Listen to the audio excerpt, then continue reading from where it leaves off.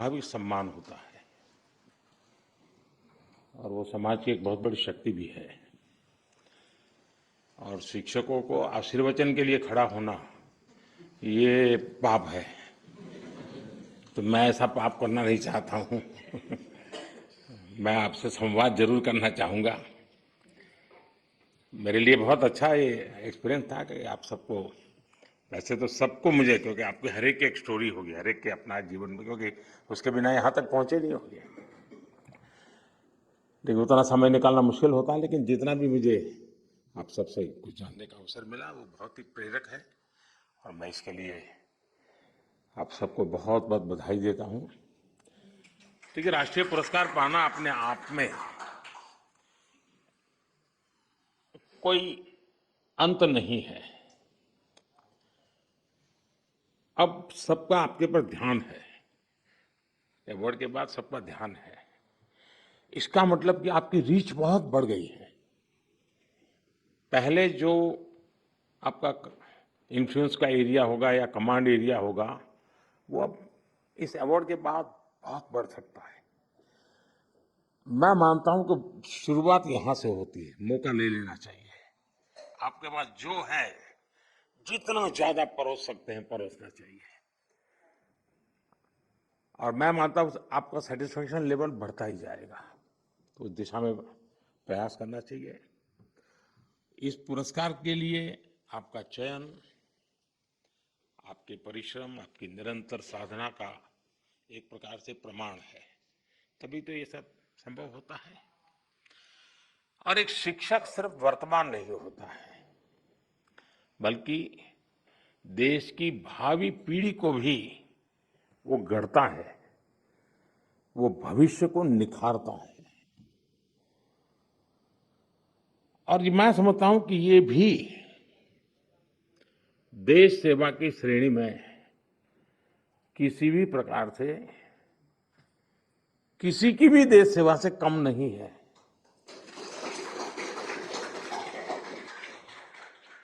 आज करोड़ों शिक्षक आपकी तरह ही पूरी निष्ठा, तत्परता और समर्पण भाव से देश सेवा में जुटे हैं। सबको यहाँ आने तक का अवसर नहीं मिलता है। हो सकता है बहुत लोगों ने प्रयास भी नहीं किया होगा, कुछ लोगों ने नोटिस भी नहीं किया होगा। और ऐसी क्षमता वाले बहुत लोग होंगे जी, बहुत लोग होंगे। और इसलिए उन सबके सामूहिक प्रयासों का परिणाम है कि राष्ट्र निरंतर उन्नति करता है, नई नई पीढ़ी तैयार होती है जो राष्ट्र के लिए जीती है, और उसमें सबका योगदान होता है। साथियों, हमारा देश हमेशा से गुरु शिष्य परंपरा का उपासक रहा है। भारत में गुरु को केवल ज्ञान देने वाला नहीं, बल्कि जीवन का मार्गदर्शक माना गया है। मैं कभी कभी कहता हूं, मां जन्म देती है, गुरु जीवन देता है। आज जब हम विकसित भारत के निर्माण का लक्ष्य लेकर चल रहे हैं, तब ये गुरु शिष्य परंपरा भी हमारी एक बहुत बड़ी ताकत है। आप जैसे शिक्षक इस श्रेष्ठ परंपरा के प्रतीक है। आप नई पीढ़ी को सिर्फ अक्षर ज्ञान ही नहीं, बल्कि राष्ट्र के लिए जीने की सीख भी दे रहे हैं। आपके मन में कहीं एक भाव रहता है कि जिस बच्चे के लिए मैं समय खपा रहा हूं, हो सकता है वो देश के लिए कहीं काम आ जाए। और इस सारे पुरुषार्थ के लिए मैं आप सबका अभिनंदन करता हूं। साथियों, शिक्षक एक मजबूत देश, एक सशक्त समाज की बुनियाद होते हैं। शिक्षक पाठ्यक्रम में सिलेबस, समय के अनुकूल बदलाव, इन सारी बातों को समझते भी हैं। कालबाह्य चीजों से वो मुक्ति चाहते हैं, और यही भावना देश के लिए होने वाले रिफॉर्म्स में भी होती है। अभी धर्मेंद्र जी ने उसका उल्लेख किया, तो मैं भी उस बात को आगे बढ़ाता हूं। एक तो निरंतर रिफॉर्म्स होते रहने चाहिए, ये समय के अनुकूल भी हो और दीर्घदृष्टा भी हो, उसमें भविष्य को समझना, मानना, स्वीकारना, ये उसके स्वभाव में होना चाहिए। और जहां तक इस सरकार का कमिटमेंट है, हम पूरी तरह इसके लिए कमिटेड है, क्योंकि हम मानते हैं कि समयानुकूल परिवर्तन के बिना हम आज की वैश्विक परिस्थिति में हमारे देश को जो स्थान का उसका हक है, वो हक नहीं दिला सकते हैं। और साथियों, मैंने लाल किले से इस बार 15 अगस्त को कहा था कि भारत को आत्मनिर्भर बनाने के लिए नेक्स्ट जनरेशन रिफॉर्म करना बहुत जरूरी है। मैंने देशवासियों से भी ये वादा किया था कि इस दिवाली और छठ पूजा से पहले खुशियों का डबल धमाका होगा। अब आप लोग तो यहाँ 2 दिन से ये सब जगह आपका चरण रज लेने का प्रयास होता होगा, तो आपको शायद अखबार देखने का मौका नहीं मिला होगा, न टीवी देखने का मौका मिला होगा, या तो घर पे बात करते हुए अरे वहां फोटो छपी है।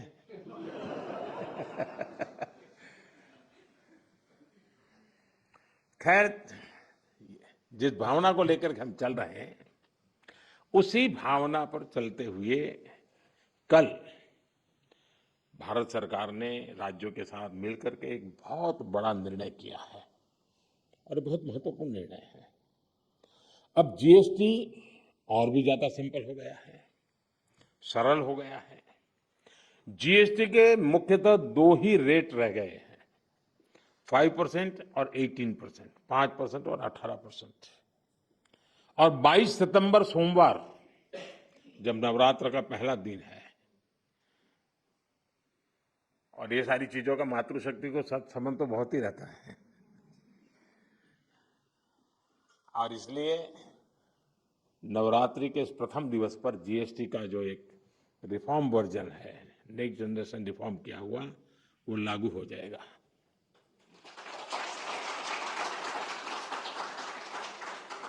यानी नवरात्रि से ही देश के करोड़ों परिवार की जो जरूरतें हैं, वो और अधिक सस्ती मिलनी शुरू हो जाएगी।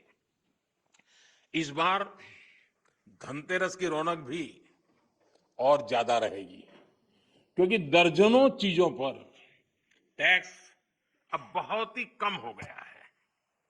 साथियों, 8 वर्ष पहले जब जीएसटी लागू हुआ, तो कई दशकों का सपना साकार हुआ था। तो ये चर्चा कोई मोदी प्रधानमंत्री बना उसके बाद नहीं हुई, इसके पहले भी हो रही थी, काम नहीं होता था, चर्चा होती थी। ये आजाद भारत के सबसे बड़े आर्थिक सुधारों में से एक था। तब देश को अनेकों तरह के टैक्स के जाल से मुक्ति दिलाने का एक बहुत बड़ा काम हुआ था। अब 21वीं सदी में आगे बढ़ते भारत में जीएसटी में भी नेक्स्ट जनरेशन रिफॉर्म की आवश्यकता थी, और उसको किया गया है। मीडिया के कुछ साथी इसको जीएसटी 2.0 के रूप में कह रहे हैं, लेकिन असल में ये देश के लिए सपोर्ट और ग्रोथ की डबल डोज है। डबल डोज यानी एक तरफ देश के सामान्य परिवार की बचत, और दूसरी तरफ देश की अर्थव्यवस्था को नई मजबूती। नए जीएसटी रिफॉर्म से देश के हर परिवार को बहुत बड़ा फायदा होगा। गरीब, न्यू मिडिल क्लास, किसान, महिलाएं, स्टूडेंट्स, नौजवान, सभी को जीएसटी टैक्स कम करने से जबरदस्त फायदा होने वाला है। पनीर से लेकर के शैंपू साबुन तक सब कुछ पहले से कहीं सस्ता होने वाला है, और इससे आपको महीने का खर्च, रसोई का खर्च भी बहुत कम हो जाएगा। स्कूटर, कार पर भी टैक्स कम कर दिया गया है। इसका बहुत फायदा उन नौजवानों को होगा जो अभी अपनी नौकरी शुरू कर रहे हैं। जीएसटी कम करने से घर का बजट बनाने और अपनी लाइफस्टाइल अच्छी करने में भी आपको मदद मिलेगी।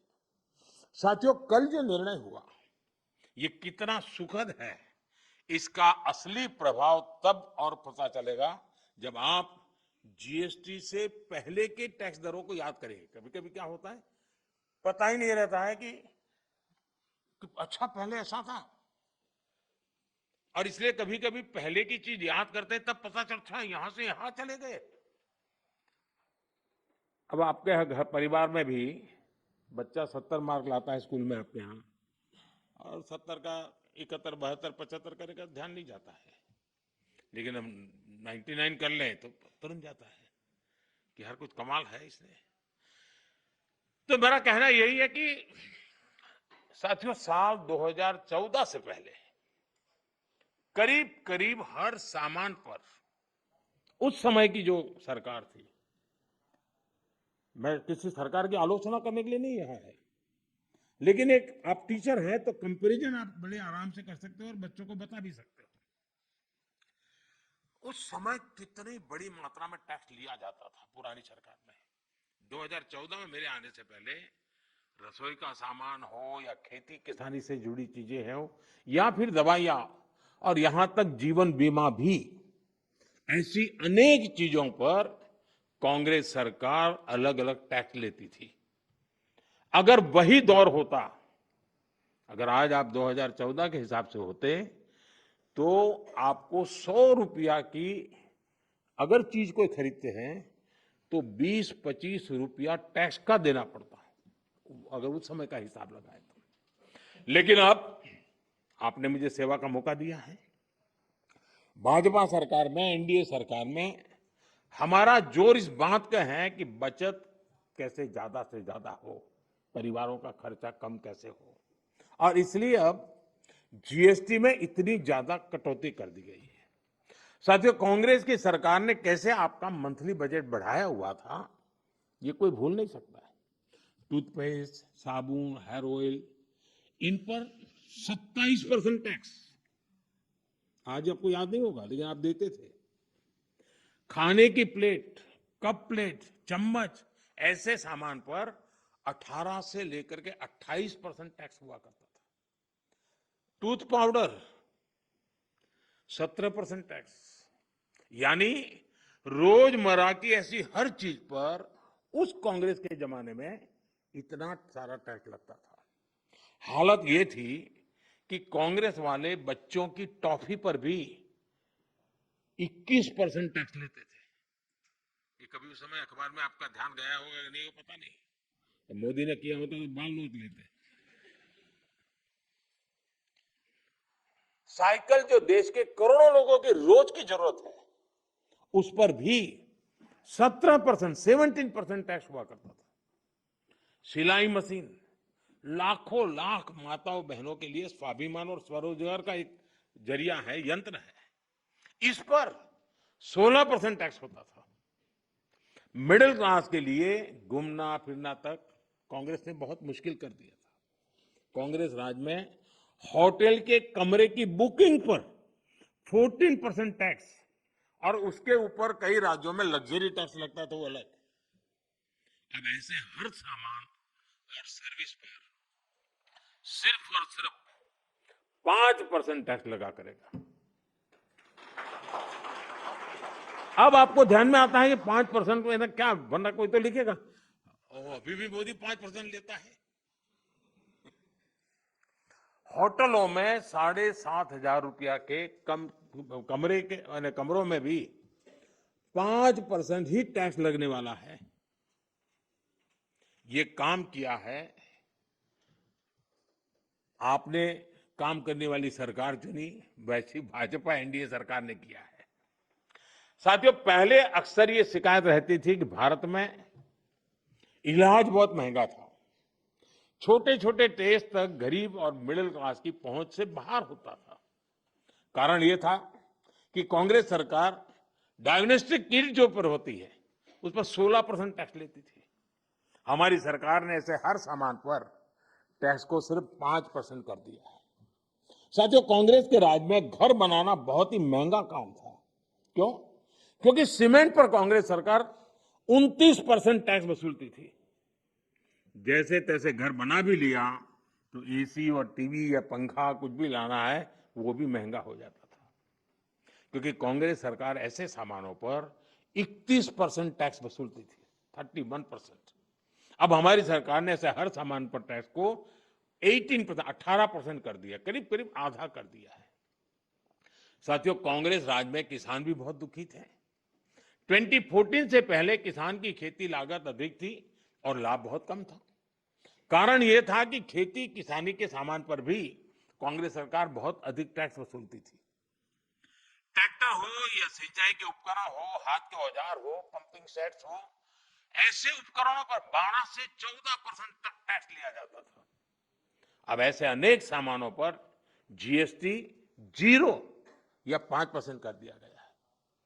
साथियों, विकसित भारत का एक और स्तंभ है हमारी युवा शक्ति। हमारे नौजवानों को ज्यादा रोजगार मिले, जो छोटे मोटे बिजनेस में हैं उनको आसानी हो, ये भी सुनिश्चित किया गया है। हमारे जो ऐसे सेक्टर हैं जिसमें सबसे ज्यादा लेबर लगती है, उनको जीएसटी की कम दरों से बहुत बड़ा सहारा मिलने वाला है। टेक्सटाइल हो, हैंडीक्राफ्ट हो, लेदर हो, इसमें काम करने वाले साथी, इस बिजनेस से जुड़े साथियों को बड़ी मदद मिली है। इसके साथ साथ कपड़ों और जूतों की कीमतों में भी बहुत कमी आने वाली है। हमारे स्टार्टअप्स, एमएसएमई, छोटे व्यापारी, कारोबारियों के लिए टैक्स तो कम हुआ ही है, साथ ही कुछ प्रक्रियाओं को भी सरल किया गया है। इससे उनकी सहूलियत और बढ़ेगी। साथियों, नौजवानों को एक और फायदा फिटनेस के सेक्टर में भी होने वाला है। जिम, सैलून, योगा जैसी सर्विसेज पर टैक्स कम किया गया है, यानी हमारा नौजवान फिट भी होगा और हिट भी होगा। और मैं आपको याद दिला दूं, सरकार आपकी फिटनेस के लिए इतना कुछ कर रही है, तो एक बात मैं बार बार कहता हूं, अब तो ऐसे लोग हैं डेली 200 लोगों से बात करते हैं आप लोग।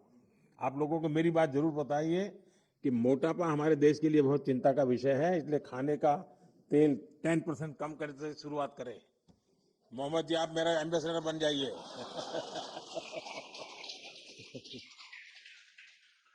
ओबेसिटी के खिलाफ लड़ाई कमजोर नहीं पड़नी चाहिए। साथियों, अगर जीएसटी में हुए इस रिफॉर्म्स का अगर मैं सार बताऊं तो यही कह सकता हूं कि इससे भारत की शानदार अर्थव्यवस्था में पंचरत्न जुड़े हैं। पहला, टैक्स सिस्टम कहीं अधिक सिंपल हुआ।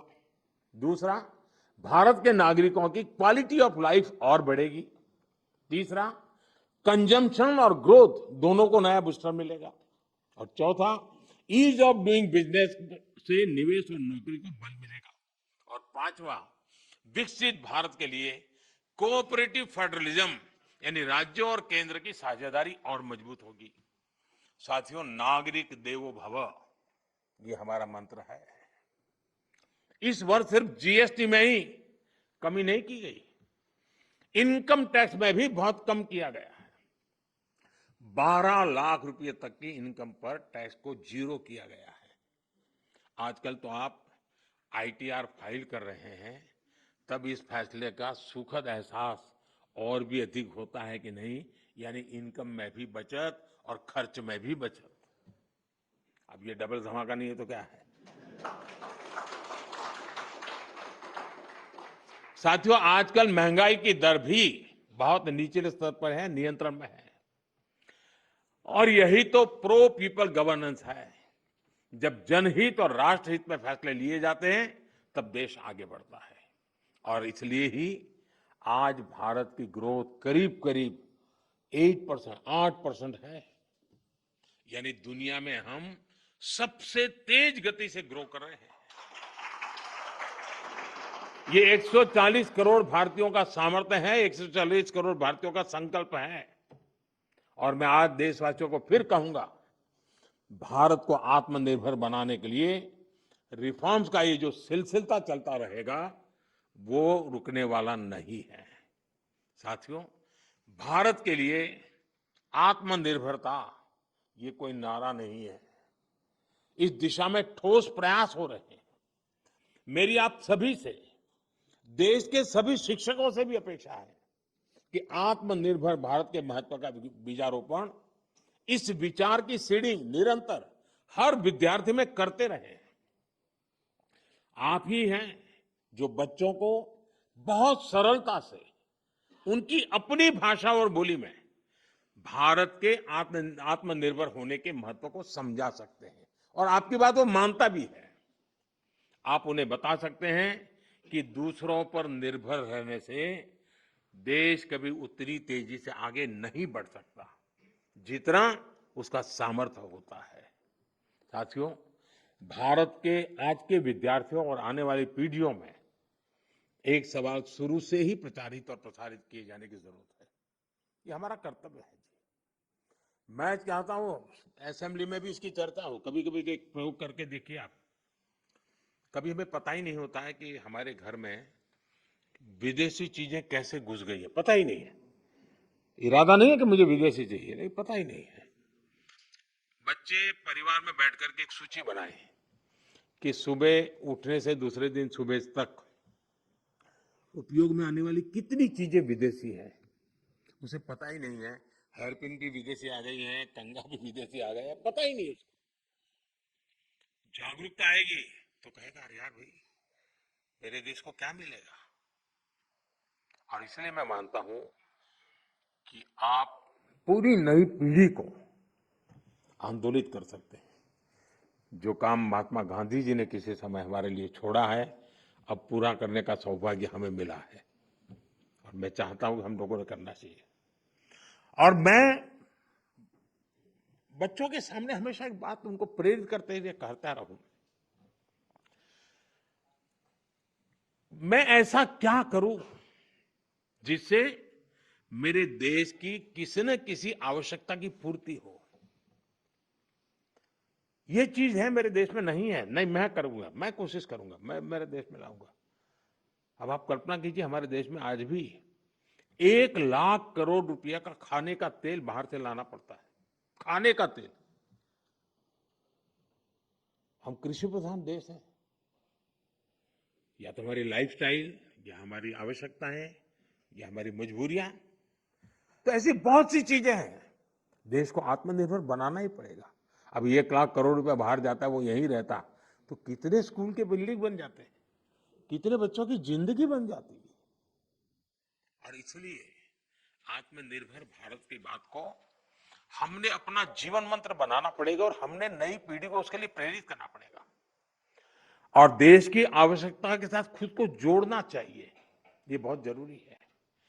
ये देश ही है जो हमें कहां से कहां पहुंचाता है। ये देश ही है जो हमें इतना कुछ देता है। इसलिए हम देश को क्या दे सकते हैं, देश की किस जरूरत को पूरा कर सकते हैं, ये हर विद्यार्थी के मन में, हमारी नई पीढ़ी के मन में जरूर रहना चाहिए। साथियों, आज भारत के स्टूडेंट्स में इनोवेशन के प्रति, साइंस और टेक्नोलॉजी के प्रति नया रुझान पैदा हुआ है। इसमें बहुत बड़ी भूमिका चंद्रयान की सफलता ने निभाई है। चंद्रयान ने देश के बच्चे बच्चों को साइंटिस्ट बनने के लिए, इनोवेटर बनने के लिए प्रेरित किया। अभी हमने हाल ही में देखा, स्पेस मिशन से लौटे ग्रुप कैप्टन शुभांशु शुक्ला जब अपने स्कूल पहुंचे तो कैसे पूरा वातावरण बदल चुका। शुभांशु की इस उपलब्धि में उनके शिक्षकों का योगदान जरूर रहता है, तभी तो होता है। यानी शिक्षक नौजवानों को सिर्फ पढ़ाते ही नहीं है, उन्हें करते हैं, एक दिशा दिखाते हैं। साथियों, आपके इस प्रयास को अब अटल इनोवेशन मिशन और अटल टिंकरिंग लैब से भी मदद मिल रही है। अब तक देश में 10,000 अटल टिंकरिंग लैब बन चुकी है। देश ने 50,000 नई अटल टिंकरिंग लैब्स को बनाने का निर्णय लिया है। इस पर भी तेजी से काम चल रहा है। इन लैब्स में भारत के नौजवान पीढ़ी को इनोवेशन का हर मौका मिले, ये आप सभी शिक्षकों के प्रयासों से ही होने वाला है।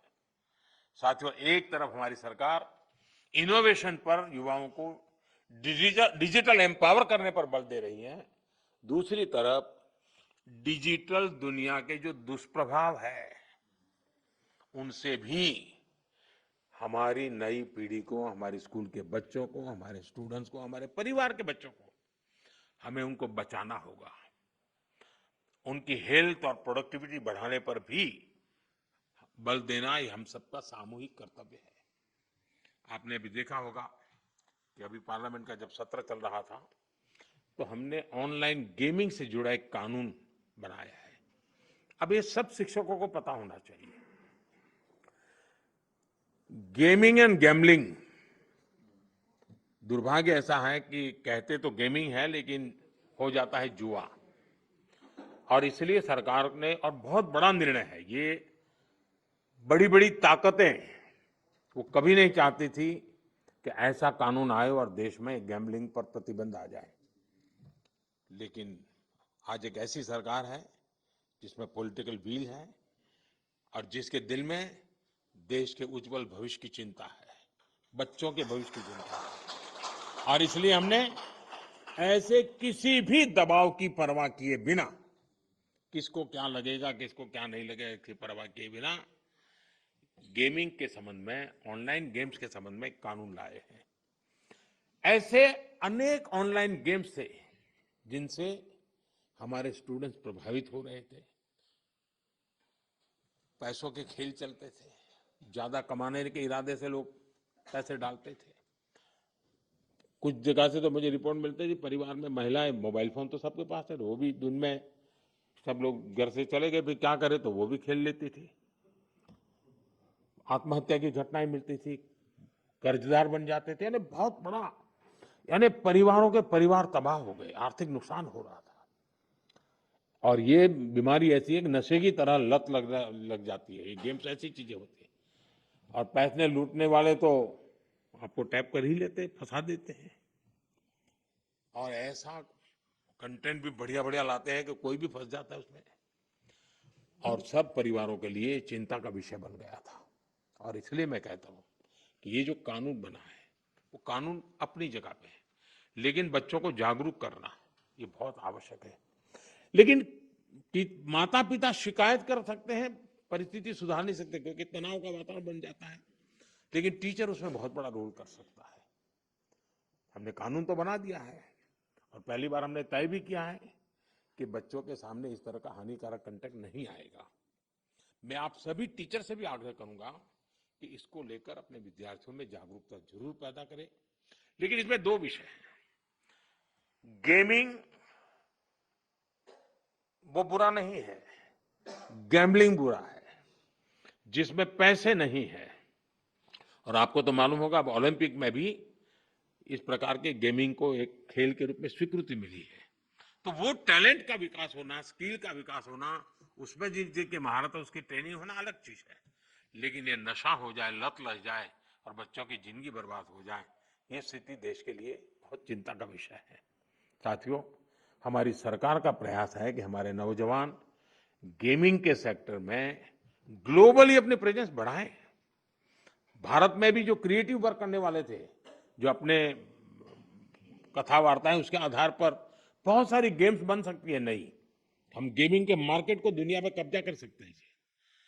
भारत में भी अनेक ऐसे प्राचीन खेल हैं, ऐसे कंटेंट हैं जो ऑनलाइन गेमिंग की दुनिया में धूम मचा रखे रहते हैं। आज ऑलरेडी कर रहे हैं, हम और ज्यादा कर सकते हैं। कई स्टार्टअप इस दिशा में शानदार काम भी कर रहे हैं। अपने स्कूलों और कॉलेजों में भी आप इसे लेकर स्टूडेंट को हर जानकारी देंगे तो मैं समझता हूं उनको एक अच्छा कैरियर ऑप्शन भी मिलेगा। साथियों, मैंने लाल किले से, अभी आपने मुझे एक सवाल पूछा था, मैं इसकी बात चर्चा कर लेता हूं। लाल किले से मैंने वोकल फॉर लोकल, स्वदेशी अपनाने का बड़ा आग्रह किया है।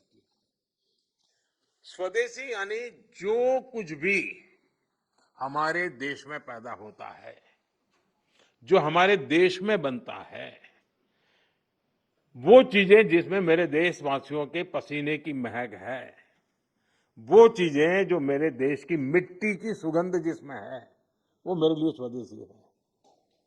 और इसलिए और इसके प्रति हमारा गौरव होना चाहिए। हर घर पर बच्चों को कहना चाहिए घर पर एक बोर्ड लगाओ, जैसे हर घर तिरंगा है ना, हर घर स्वदेशी, घर घर स्वदेशी।